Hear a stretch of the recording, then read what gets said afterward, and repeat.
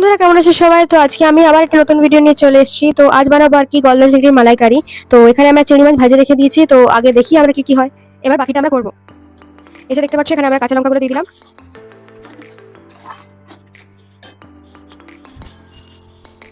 নারকেলের দুধটা দিয়ে দিচ্ছি।